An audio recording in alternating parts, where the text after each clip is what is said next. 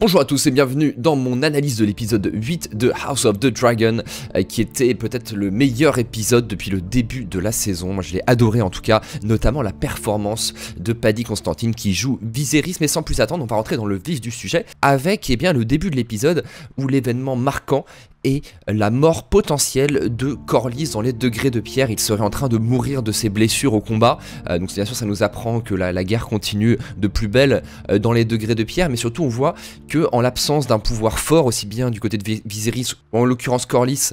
qui n'a pas assuré sa succession, et bien les corbeaux s'empressent d'aller se repaître des cadavres même s'ils sont même pas encore morts. C'est le cas de Viserys et c'est le cas de Corlys. Tout le monde essaie déjà de se battre pour leur succession. Vaemond ne doute de rien, et comme on l'avait soupçonné lors de son oraison funèbre très orientée politiquement lors du dernier épisode, il a bien en tête les problématiques de succession de la maison Velaryon. Est-ce que Vaemond est réellement intéressé par le futur de sa lignée, ou est-ce qu'il profite de la situation pour essayer de faire valoir son ambition en tant que puiné comme Daemon, mais aussi on peut voir Aemond par exemple, qui a un peu le même profil. On voit bien que Vaemond est très ambitieux et essaie lui aussi de faire valoir son droit. Je pense que c'est une combinaison des deux à vrai dire, c'est-à-dire qu'il est réellement intéressé par les intérêts de sa famille, mais il sent que le vent tourne notamment à Port-Réal avec le pouvoir qui est aux mains maintenant d'une reine, plus vraiment de Viserys qui est complètement incapable de régner, et il se dit que il va pouvoir se ranger dans leur camp, qu'il va avoir leur soutien, et donc c'est le moment de faire valoir sa revendication face aux bâtards de Rhaenyra qui ne sont du coup pas vraiment du sang des Velaryon. Un peu comme le conflit entre les Bracken et les Blackwood, ce conflit est en fait un proxy de l'opposition entre Rhaenyra et Alicent, puisque accéder aux revendications de Vaemond, d'une certaine manière, commencerait déjà à reconnaître la bâtardise des enfants de Rhaenyra et de Laenor, qui ne seraient du coup pas vraiment du sang des Velaryon et du coup ne pourraient pas revendiquer la marque, mais du même coup en fait c'est une première étape avant de retirer le droit de succession, puisque du coup on avouerait à demi-mot, même si personne n'ose réellement le dire, on avouerait implicitement que ce sont des bâtards, et donc ça permettrait ensuite d'enclencher la deuxième étape du plan de Otto et de Alicent, qui est de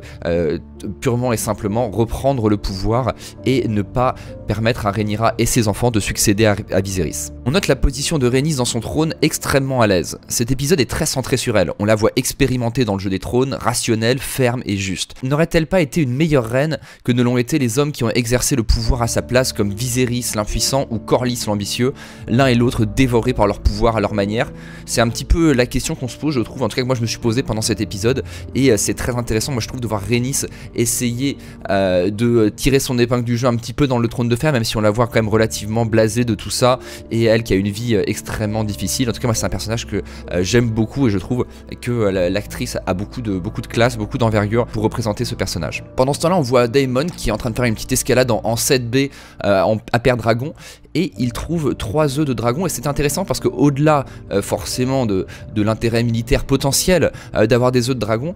c'est un signe aussi qui lie ces œufs de dragon avec l'arrivée des enfants de Rhaenyra et de Daemon. On voit qu'ils en ont déjà 2, Aegon et Viserys, qui vont être présentés au roi un peu plus tard. Le fait qu'on puisse rapprocher la naissance des enfants de Rhaenyra et l'arrivée de ces œufs de dragon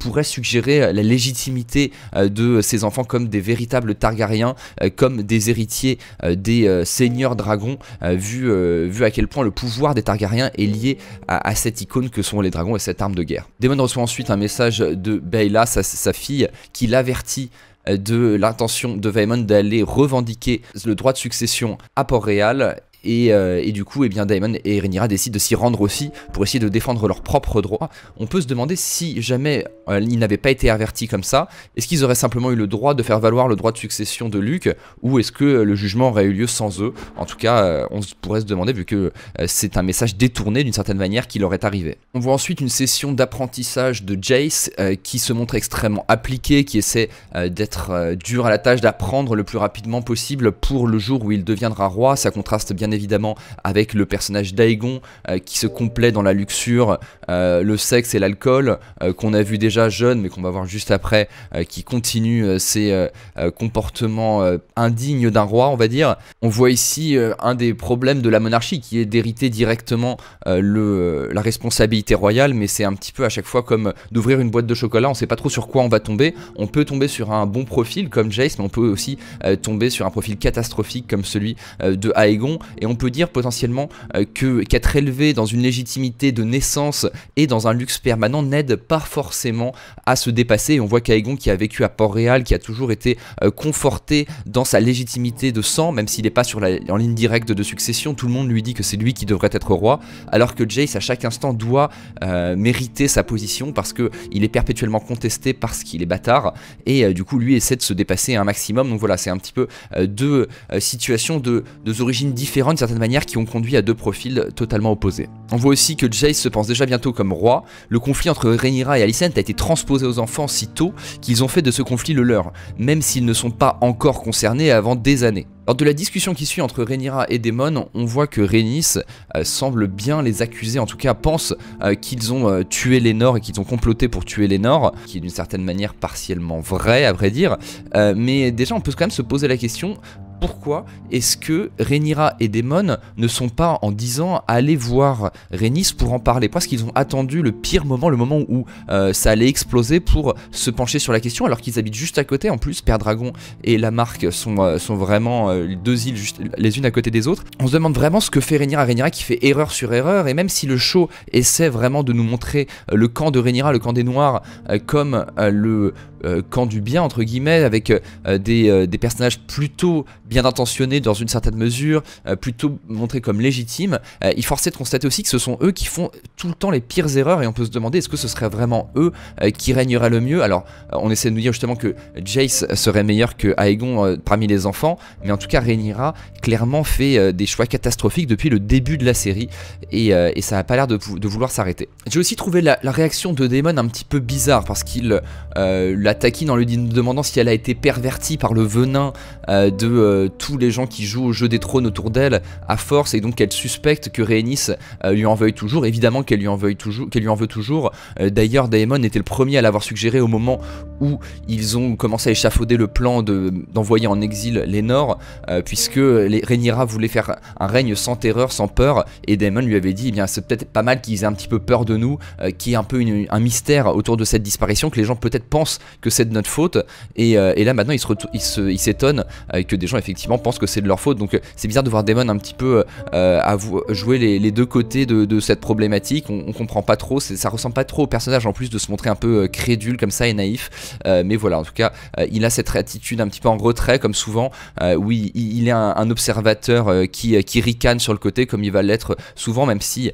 qu'il le veuille ou non, il va finir par être impliqué dans la lutte. Arrivé à Port-Réal, on voit les symboles des Sept partout qui ont remplacé les drapeaux targaryens. Il faut savoir que Alicent s'est réfugiée dans la foi après son agression de Rhaenyra et essaie de faire pénitence. C'est aussi un moyen d'amorcer implicitement la transition. Les anciens Targaryens et Rhaenyra disparaissent au profit de la foi des Sept, qui n'est que très peu partagée par les Targaryens, au contraire du peuple de Westeros, ce qui suggère d'autant plus le lien qui unit le clan des Hightower avec le reste des maisons du royaume, comme on le voyait dans les premiers épisodes. On a l'impression que l'arrivée de Rhaenyra n'était pas réellement attendue par Alicent, c'est plutôt Otto qui attendait ça, qui a d'ailleurs géré son arrivée. On voit du coup tout le pouvoir qu'a Otto, qui fait des choses sans réellement avertir Alicent, et donc le pouvoir qui a conservé la main du roi, qui est quand même derrière toute cette machination depuis le début.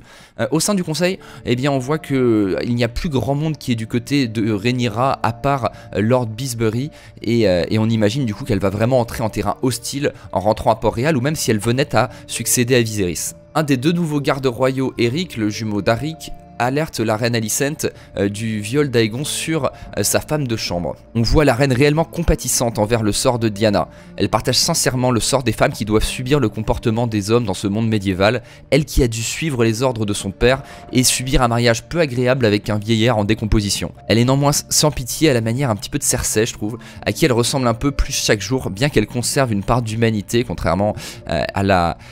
sorcière Lannister. Elle menace implicitement Diana au cas où elle ébruiterait l'affaire, tout en lui offrant une porte de sortie compatissante en apparence, on va dire. On note que le thé a été apporté avant même qu'Alicent soit au courant, donc qu'elle ait pu en donner l'ordre. Talia l'a donc préparé d'elle-même, ce qui suggère qu'elle sait que la reine demanderait du thé dans cette situation, et donc que cette situation s'est déjà produite. Ce n'est pas la première fois qu'Aegon aurait violé a priori ses servantes, et du coup eh bien, risquerait de récidiver, on l'imagine. On voit en tout cas Alicent dégoûtée par ce qu'a fait son fils, et réellement compatissante envers Diana. Et c'est là ce qui la différencie de Cersei. Même si on la sait impitoyable et très dure, assez ambitieuse, on la voit aussi relativement humaine, comme je disais avant, mais surtout eh bien, toujours prête à respecter les règles. Elle veut qu'on respecte les règles, c'est d'ailleurs ce qui la différencie aussi de Rhaenyra. Et en l'occurrence, eh bien, elle est aussi exaspérée d'une certaine manière que Rhaenyra, qui n'était pas satisfaite de son rôle de femme à la cour dans les premiers épisodes. Eh bien, elle aussi rejette le comportement des hommes autour d'elle et s'exaspère de ce que fait son fils. D'ailleurs, qu'elle renie. On note au passage que les enfants d'Alicent, qui sont aussi des Targaryens, eh bien, retrouvent les traits qu'elle détestait chez les Targaryens, qu'elle déteste chez Rhaenyra, qui sont ces traits un petit peu rebelles, fougueux, qui ne respectent aucune règle, et aussi qui se croit largement supérieur du reste du peuple. C'est le cas d'Aegon, c'est le cas de Rhaenyra, c'est le cas de Daemon, et on voit qu'Alicent eh bien, retrouve ça chez ses enfants qu'elle a pourtant élevés, et elle dit du coup tu n'es plus mon fils, tu n'es pas mon fils, parce qu'elle imaginait que ses fils à elle ne seraient pas comme ça. Daemon et Rhaenyra rendent ensuite visite à un Viserys mourant. On peut se demander d'ailleurs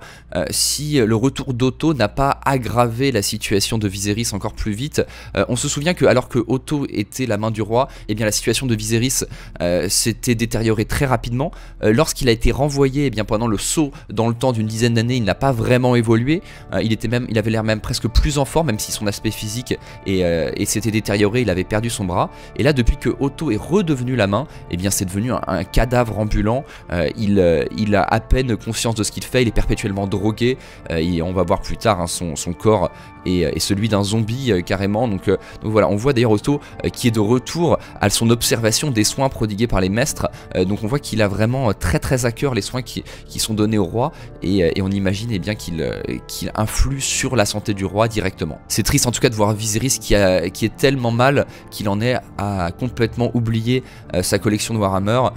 C'est cette cité complètement abandonnée, le symbole de son déclin, mais aussi du déclin des Valyriens, parce que c'est une cité valyrienne et donc des Targaryens, dont a priori Viserys représente le début du déclin et de la décadence, alors que son grand-père Jaehaerys en était l'apogée. Viserys ne reconnaît pas en tout cas ses interlocuteurs lorsqu'il est drogué dans son lit, ce sera très important pour la dernière scène, et il renvoie directement Rhaenyra et Daemon à Otto et Alicent, ce qui montre que lorsqu'il est drogué au lait de pavot, eh bien il n'a vraiment aucune perception, et il est prompt à renvoyer ses responsabilités à ceux qui s'occupent de lui, au régent on peut le dire. Rhaenyra lui présente les enfants qu'elle a eu avec Daemon, Aegon et surtout Viserys, qui semble être celui qui intéresse le plus le roi, car il porte son nom. Viserys est ravi, voilà le nom d'un roi. On se souvient de Viserys qui était extrêmement soucieux de l'héritage qu'il allait laisser, ou ne pas laisser plutôt, puisque lui n'a pas été un conquérant, n'a pas été un combattant comme Aegon, et on voit que Aegon est un nom qui est extrêmement plébiscité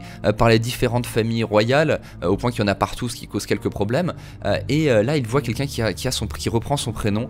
et donc voilà, ça lui fait extrêmement plaisir, ça le tire de sa souffrance, même si effectivement il ne laissera pas grande trace en tant que roi. Alicent arrive ensuite, et Daemon et Rhaenyra remettent bien entendu en cause toute cette farce, tout ce pouvoir qui est emprisonné entre les mains des Hightower. Viserys qui n'a plus la moindre possibilité d'émettre de jugement, qui est vraiment une marionnette entre les mains d'Otto et d'Alicent. Et d'ailleurs Daemon ricane lorsqu'ils entendent que ce sera bien Alicent et Otto qui vont rendre le jugement sur le futur de la famille Velaryon, et ce qui montre que maintenant on a complètement inversé les rôles. En fait, ce sont bien les Hightower qui émettent des jugements sur la famille des Velaryon, mais aussi sur la famille des Targaryens. Donc la prise de pouvoir est totale. Luke et Jace trouvent ensuite Aemon qui est en train de s'entraîner dans la cour avec Sir Criston. Alors Aemon n'a pas de chance parce qu'il a vieilli de 20 ans en 10 ans, contrairement aux autres enfants. Donc on se demande ce qui s'est passé. Peut-être que c'était le fait d'avoir un dragon déjà extrêmement vieux, ça a des pouvoirs spéciaux. En tout cas, il s'entraîne avec Sir Criston, et c'est un entraînement qui rigole pas, hein. Sir Criston donne des gigantesques coups de fléau d'armes. On se demande un petit peu si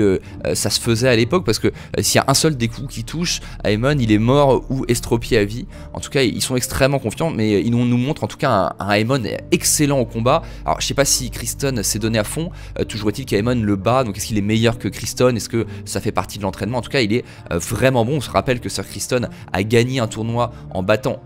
avec traîtrise d'Aemon, mais voilà, ce sont vraiment les meilleurs combattants du royaume, et Aemon nous donne l'image que lui, eh bien, c'est une machine au combat. D'ailleurs, Criston lui dit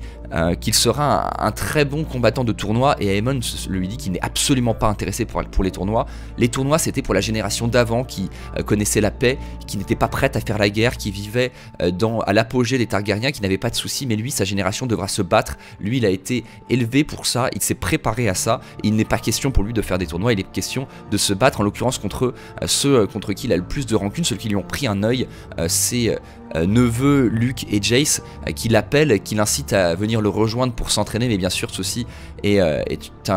une métaphore pour parler du vrai combat qui les attend, qui avait commencé il y a une dizaine d'années dans cette même cour, et qui reprendra certainement après les prochains épisodes. Petit détail important dans la discussion entre Otto et Alicent au conseil, on voit que Otto n'est pas toujours aligné avec Alicent, et il doit encore la convaincre de temps en temps, mais on voit du coup que c'est bien lui qui tire toujours les ficelles du complot le plus large, le complot qui essaie vraiment de prendre le pouvoir aux Targaryens, et Alicent, même si elle est de son côté, reste un petit peu entre les deux, reste un petit peu indécise de temps en temps. Comme je le disais plus tôt, Rhaenyra n'a jamais pris la peine de s'expliquer auprès de Rhaenys au sujet de Laenor. Rhaenyra réitère son demi-mensonge face à l'Arbre-Cœur, comme lorsqu'elle avait déclaré ne pas avoir couché avec Daemon, alors qu'en fait elle avait couché avec Criston. Elle dit ne pas avoir ordonné la mort de Laenor, bien qu'elle l'ait forcé à son exil secret, ce qui revient exactement au même pour Rhaenys, pour qui il est donc mort à tout jamais. Rhaenyra est donc bien responsable, mais Rhaenys ne croit pas son mensonge. Elle entend cependant la proposition de mariage entre les enfants de Daemon et ceux de Laenor. Comme son offre de mariage à Alicent par le passé, on voit que Rhaenyra tente de concilier les deux situations, mais c'est toujours au moment où elle est au pied du mur, lorsqu'elle n'a plus d'atouts, et bien là elle fait un pas vers l'autre, mais on voit que pendant les 10 dernières années elle ne l'a pas fait vers Rhaenys, avant elle ne l'a jamais fait vers Alicent, avant qu'elle soit acculée, et c'est normal du coup qu'elle ne soit pas forcément bien accueillie à chaque fois. Au-delà de sa rancœur personnelle, Rhaenys, qui est tout à fait lucide et rationnelle, réalise que de toute façon ce n'est pas un bon plan de s'allier avec Rhaenyra. Elle sait très bien qu'a priori le jugement du lendemain sera une mascarade, et que Rhaenyra va se faire complètement étriée par les Hightower, et si Rhaenys s'allie avec Rhaenyra, c'est comme directement rejoindre la cause des perdants a priori. Rhaenyra ne va plus représenter grand chose, et Rhaenys, comme elle le dit, se retrouvera toute seule. Rhaenyra est désespérée et vient encore une fois tenter de plaider sa cause auprès de son père Viserys, qui ne la reconnaît encore une fois pas du tout, ce qui est assez étonnant quand même, mais ça montre encore une fois la puissance de la drogue. Rhaenyra essaie de faire appel à la prophétie d'Aegon que Viserys lui avait confiée au début de la série. On comprend pas bien pourquoi elle fait ça, parce que la prophétie est que les Targaryens devront sauver a priori l'humanité un jour ou l'autre, c'est à peu près ça. Le truc c'est que les enfants d'Alicent sont aussi des Targaryens autant que les siens, donc ce n'est pas forcément en privilégiant ces enfants s'aligner que ça permettrait de respecter particulièrement le rêve d'Aegon, donc on comprend pas réellement l'argument de Rhaenyra. D'ailleurs à ce titre, le rêve d'Aegon sera interprété de l'autre manière par Alicent, même si bon c'est un petit peu détourné. On voit en tout cas, pour aussi faire écho à la dernière scène, que Viserys parle de Rhaenyra comme sa seule fille, ce qui suggère vraiment qu'il ne fait vraiment peu de cas de ses enfants qu'il a eu avec Alicent,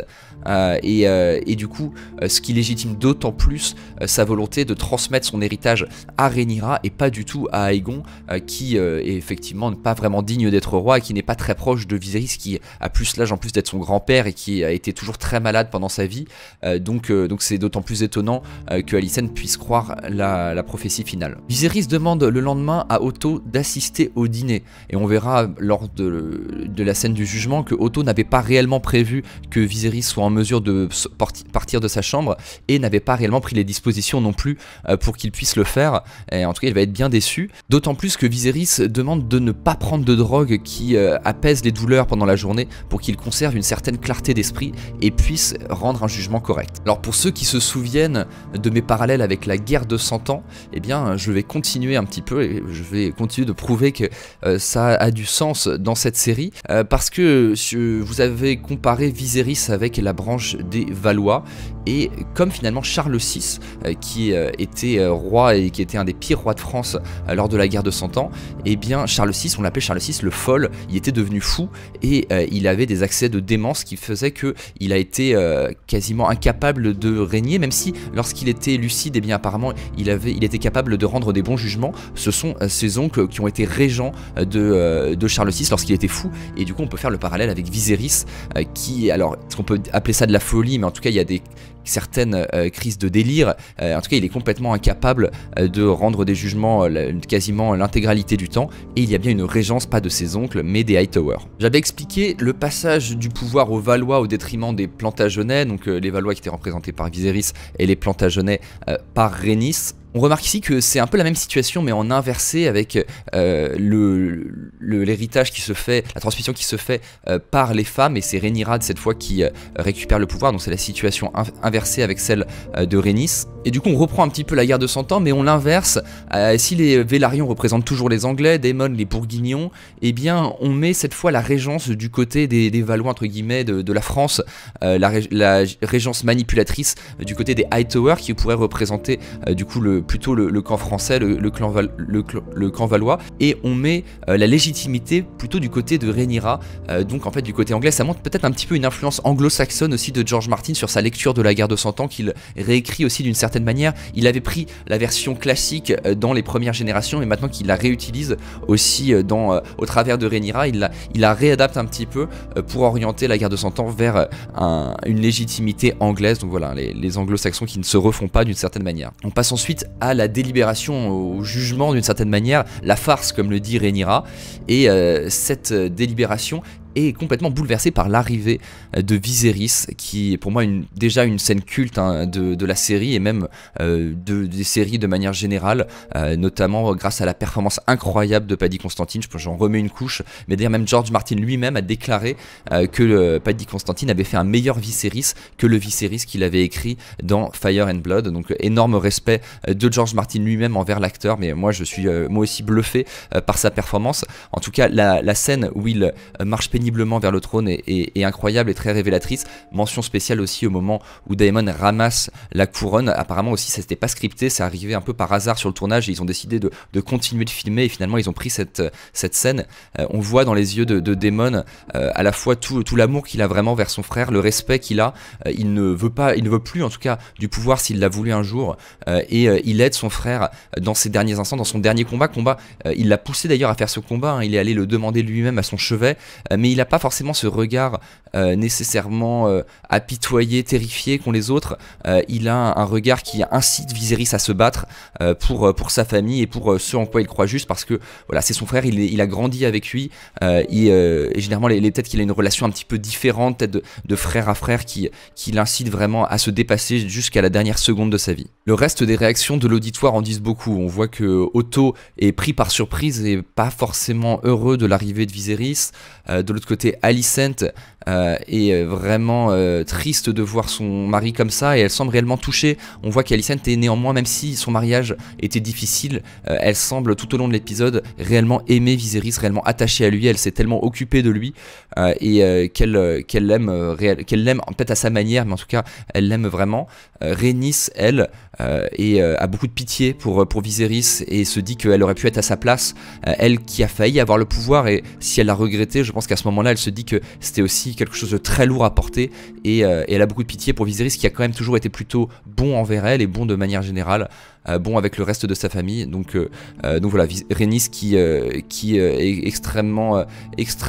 triste, au même titre d'ailleurs que Rhaenyra, qui est pétrifiée en voyant son père, voyant l'état de son père, même si elle attend encore que son père la sauve dans ce moment extrêmement important. Et d'ailleurs, eh bien, Viserys s'arrête juste devant elle avant de repartir. C'est la seule personne qui le reconnaît vraiment. On rappelle que il fait ça pour Rhaenyra, mais il fait ça aussi pour Aemma, sa femme. C'est un petit peu au travers de Rhaenyra Rhaenyra qui rend un dernier hommage à Aemma, qui est la personne qu'il aimait le plus dans sa vie,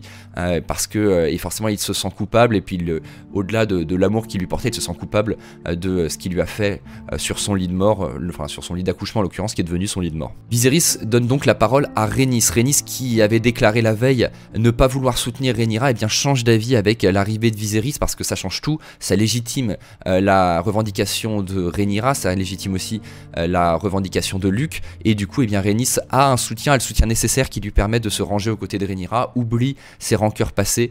et satisfait notamment la volonté de son cousin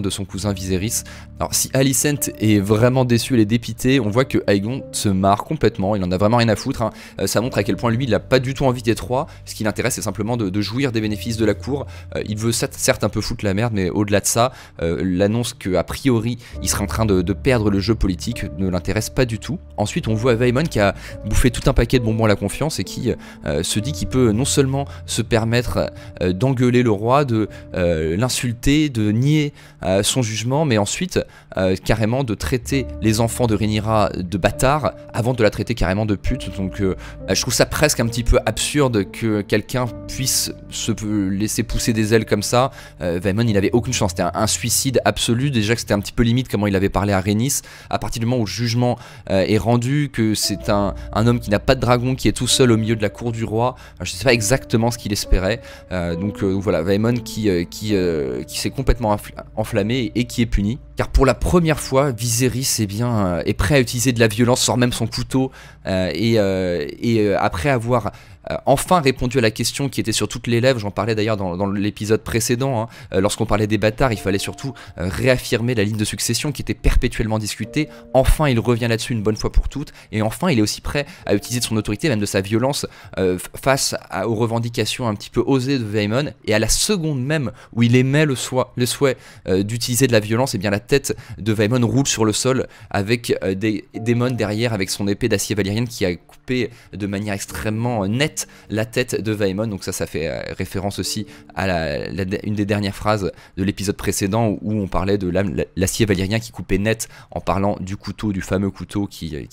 traverse Game of Thrones. Mais voilà, on voit que Daemon attendait vraiment le premier mot de Viserys depuis le début de la série, le premier moment où Viserys allait vouloir se montrer implacable et autoritaire, et Daemon était prêt à être son bras armé à n'importe quel moment, et ça a été le bon moment pour lui. Et on voit que là pour le coup c'est logique qu'il ait tranché la tête de Vaemon au milieu de la cour, contrairement aux autres effusions de sang qu'on a pu voir par le passé. Là ça se défend parce que Vaemon l'avait réellement cherché. Et ensuite la scène du dîner, et Viserys y assiste porté par des soldats sur un palanquin. Et alors là je vais encore faire des parallèles, mais cette fois ça va pas être un parallèle avec l'histoire de France, ça va être un parallèle avec de l'art, et en l'occurrence le tableau de Léonard de Vinci, La Scène. En effet, dans La Scène, donc, qui est le dernier repas du Christ avant sa mort, eh bien on peut faire un parallèle avec le dernier repas de Viserys avant sa mort. Le banquet est assez similaire. La scène où on voit donc de face, hein, Jésus et ses apôtres manger. Ici on voit Viserys, et à sa droite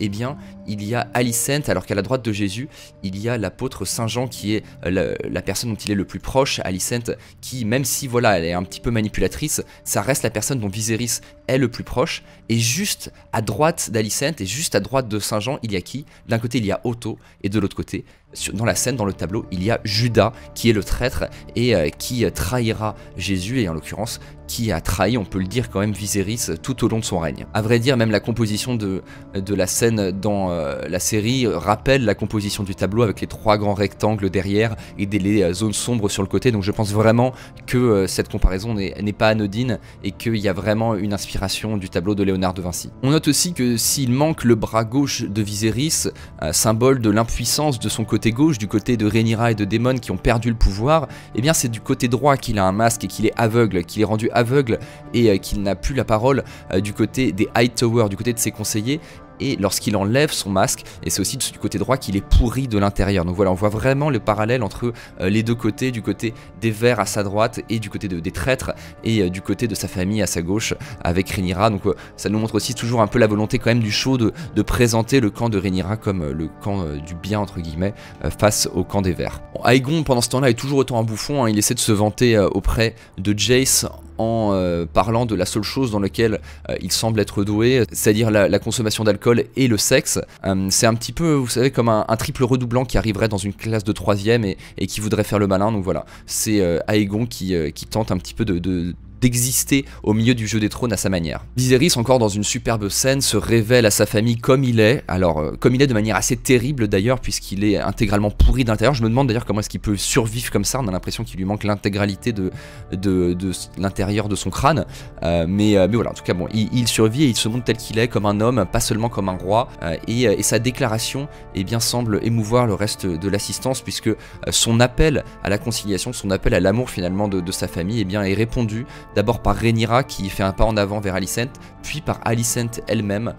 et il y a une réconciliation notamment des adultes. On voit d'ailleurs Otto